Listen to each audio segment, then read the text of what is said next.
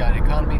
I hope you guys are having a wonderful Friday night. I had such a good talk with a friend that on the way out tonight, I am going to do a video just because it's so fresh in my mind. So this person worked, they were like a senior manager at an apartment complex, right? We were just talking about stuff.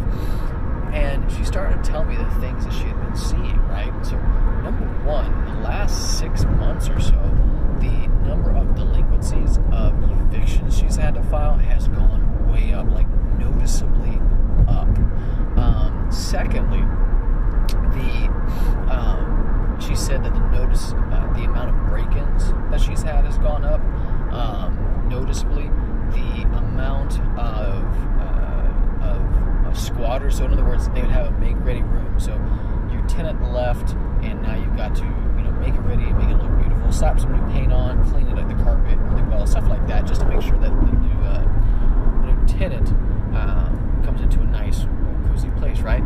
Well, sometimes they'll sit there for like a week to a few months, depending on how fast you get somebody in there. And she said they had several people squatting. These make-readies, like they had just painted them, just redone the carpet in some cases, put new refrigerators and stuff, and then people would squat, they would find out about it, and they either they get scared off and go off, or they'd have to evict them depending on how long they've been there, and now they have to get the contractor to repaint it and redo it again. So she was telling me all this, and another thing she put in, I'm trying to remember all this off the top of my head, but she said also the finding good quality contractors was really hard. Like ones that would do good work was really hard. There was a noticeable decline in the quality craftsmanship of contractors, and she's been in this world for a while, right?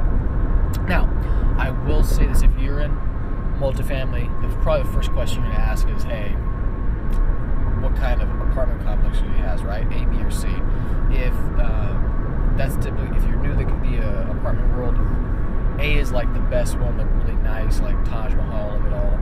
C is like the ghetto ones type thing, the ones where you don't really want to walk. Well, depending on, like I say, C plus, C minus type thing, because there's a wide range on it. But C's are kind of the really low end ones, and B's are the very comfortable middle, right?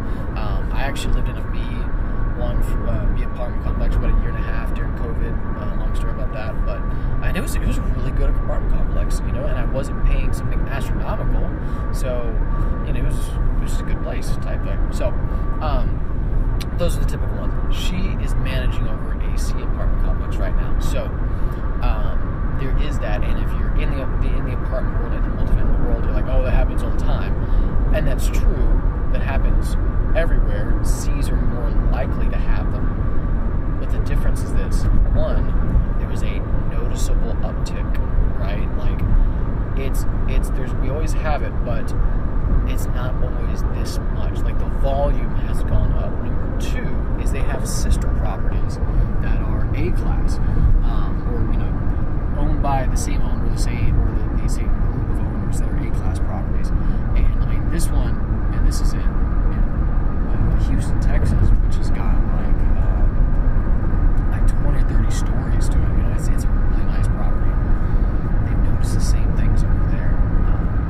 Different degrees, of course, but there is a rise in people getting evicted because they're not paying rent, okay? And so, people that live in apartment complexes, they're always renting for a reason, right? Like when I was renting, there was a reason, okay?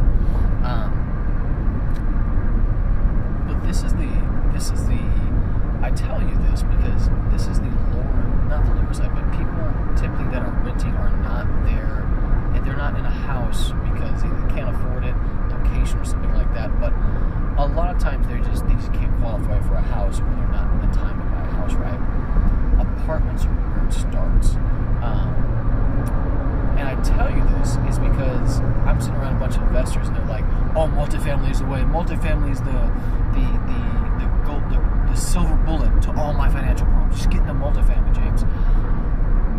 I'm sitting there looking around, I'm listening to these stories of people that are on the ground floor having to deal with these issues at multifamily properties right now. They're talking to their sister properties, which are even better quality, higher quality, and they're going through some really, really rough times right now. I took a step back and I said, for a variety of reasons, I'm not going to own a multifamily property right now.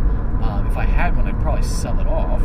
I would probably sell it off last year when the rates were the highest. But right now, I think multifamily is going to take a huge hit. It's going to be hard when there is a lot of turnover like this, when they're squatting, when there's issues of theft, when the quality of tenant goes down. Even when good tenants turn bad, it's going to affect your profit lines. It's going to affect your bottom line, right? And right now, there's a lot of investors out there who are either buying them themselves or becoming a part of a syndication, a group where they pull their money into it and they buy into it and they share in the profits. That as one guy that I listened to put it, he's like, they've already lost their money, they just don't know it yet. I think the apartment, the multifamily sector is going to get hit really hard. Does it mean every one of them is going to melt down and everyone's going to go in foreclosure? No. But just like we saw in the housing market in 2008, that big crash, I think multifamily is going to wake up from awakening, right? Not only for that reason that I just said, but also because when I first started to get really into investing, like whole hog everything, and started looking at commercial stuff, back then cap rates, which I'll explain in a different video, it's basically a way to, for shorthand, it's a way to measure your profits in a percentage, right? And to see, and from that percentage, you see if it's a good deal or not, right? So a cap rate of 8% was a deal. Anything under that, you wouldn't touch, right? You wouldn't touch at all. Like you would be called stupid or risky or foolish to invest in something that has a cap rate of under 8, right? That was like 4 or 5 years ago. People now are buying things with cap rates for sometimes 3.5%, and I'm like, what in the world? And this happens right before a crash. What happens is everybody's jumping in. The bubble is getting bigger because bubbles are always made by credit. The bubble gets bigger. People take their standards off of investing. They become more risky during investing just so they can get more deals and keep things moving forward. And then there will be a time where they can't service it, where things change, the income's not coming in, the tenants aren't there. The tenants are there, but they're not paying.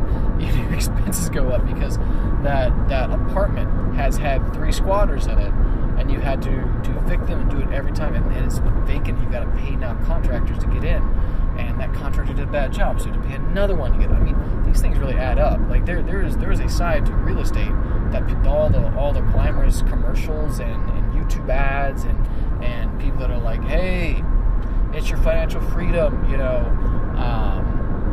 There's a side to it that they don't talk about, man. I mean, there is a lot of work that goes into real estate.